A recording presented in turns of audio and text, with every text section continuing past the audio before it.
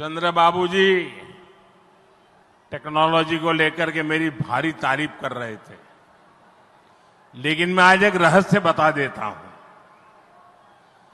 जब मैं गुजरात में नया मुख्यमंत्री बना तो मैं बाबू हैदराबाद में बैठ करके किस किस प्रकार के इनिशिएटिव ले रहे हैं उसका बड़ा बारीकी से अध्ययन करता था और मैं उसमें से बहुत कुछ सीखता था और उसे आज मुझे लागू करने का अवसर मिला है। मैं लागू कर रहा हूं। ఇప్పుడు చంద్రబాబు గారు మీరందరి ముందు నాకు టెక్నాలజీ నాతో మొదలైందన్నట్టుగా ప్రశంసిస్తున్నారు. కానీ నేను మీ అందరికీ కూడా ఒక రహస్యం చెప్తాను.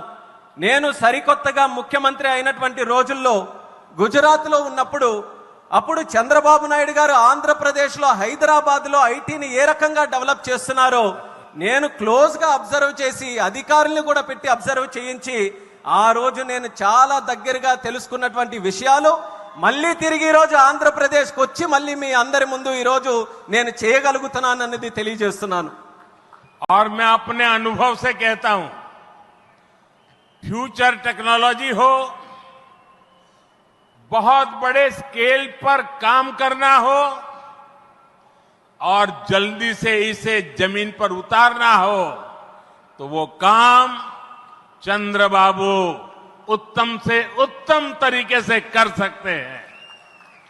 అలాగే నా అనుభవంతో చెప్తున్నాను.